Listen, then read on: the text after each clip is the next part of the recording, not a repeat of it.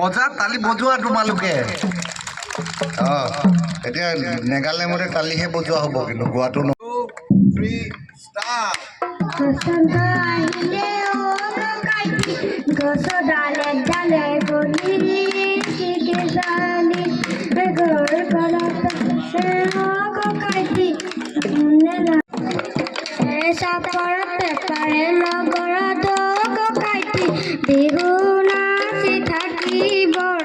বিহু নাচি থাকিবৰ মন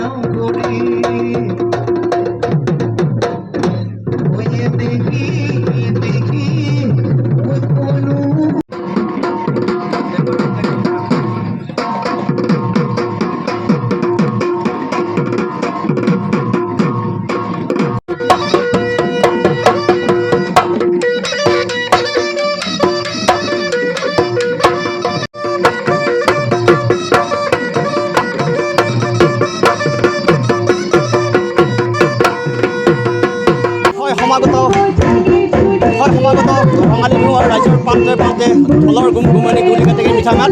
সমান্তৰালভাৱে মঙলদৈ চহৰতো একেই পৰিৱেশ এই ধৰণে ৰঙালী বিহুৰ যি আখৰা চলিছে এই ধৰণে কৰ্মশালা আয়োজন কৰিছে আন্তঃমঙলী ছাত্ৰ সন্থা আৰু মঙলদৈ সাংস্কৃতিক বিভাগ দলৰ উদ্যোগত এই ধৰণে প্ৰায় তিনিদিনীয়া কাৰ্যসূচীৰে এই ধৰণে আয়োজিত হৈছে এই ৰঙালী বিহুৰ কৰ্মশালাৰ কেমেৰা সহযোগে দেখুৱাই গৈ আছে এইসকল কণমানি মইনাসকলে সুন্দৰভাৱে নৃত্য কৰিছে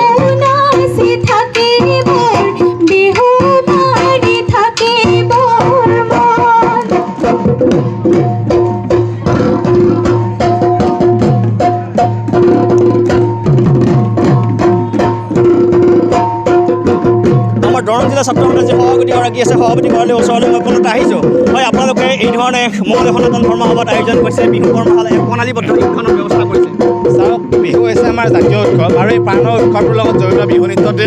যাতে তৰুণ প্ৰজন্মক ভালদৰে শিকিব পাৰোঁ যাতে উঠি অহা প্ৰজন্মই বিহুৰ অ আ ক খ খুব ধুনীয়াকৈ যাতে আয়ত্ব কৰিব পাৰে তাৰ কাৰণে দৰং জিলা ছাত্ৰ সন্থাৰ অন্তৰ্গত এই আন্তঃমঙলী ছাত্ৰ সন্থাৰ উদ্যোগত 7 দিনীয়া এই বিহুৰ কৰ্মশালা আয়োজন কৰা হৈছিলে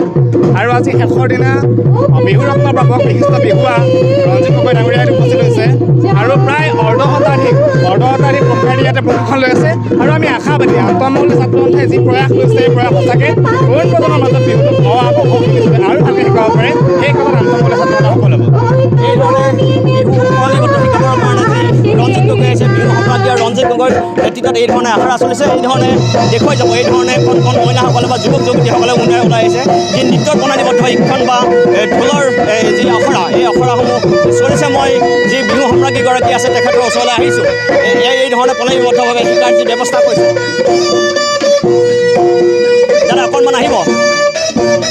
অকণমান আহিব আপোনাৰ নেতৃত্বত এই ধৰণে প্ৰণালীবদ্ধভাৱে শিক্ষণৰ ব্যৱস্থা কৰিছে দাদা কেনেকৈ ক'ব মঙলদৈ চহৰত এই ধৰণে প্ৰণালীবদ্ধ শিক্ষণৰ ব্যৱস্থা খুব ধুনীয়াকৈ আজি এই কৰ্মশালাখন হৈ উঠিছে আৰু অসমৰ বিভিন্ন প্ৰান্তত আজি প্ৰায় 15 দিনৰ পৰা আৰম্ভ কৰি হায়াৰ ছেকেণ্ডেৰী পৰীক্ষা শেষ হোৱাৰ পৰা মেট্ৰিক পৰীক্ষা শেষ হোৱাৰ পৰা বিভিন্ন অঞ্চলত এই ধৰণে কৰ্মশালা হৈ উঠিছে আৰু সঁচাকৈ ভৱিষ্যতে যদি অসমৰ মাননীয় মুখ্যমন্ত্ৰী হিমন্ত বিশ্ব শৰ্মাই যদি কালি 25টা বিহু যদি যুৱ বিহুটোক লৈ বিহু কৰিব খোজে তেতিয়াহ'লে আমি ভাবোঁ অকল মঙলদৈৰ পৰাই আমি প্ৰায় 10,000 মান পাম বুলি আশা ৰাখিছোঁ এই ধৰণে আমি বিহু কি কৰে মনৰ কথা ল'বলৈ চেষ্টা কৰিলোঁ। এতিয়া প্ৰণালীবদ্ধ শিক্ষণৰ ব্যৱস্থা কৰিছে। আন্তঃমহলীয় সত্ৰৰ সাংস্কৃতিক বিষয় দলৰ উদ্যোগত এই ধৰণে আজি এই আয়োজন কৰিছে মংগোলীয় সনাতন ধৰ্ম সভাত। এই নতুন যি প্ৰজন্মৰ শিল্পীসকলে এই ধৰণে অংশগ্ৰহণ কৰা দেখা গৈছে।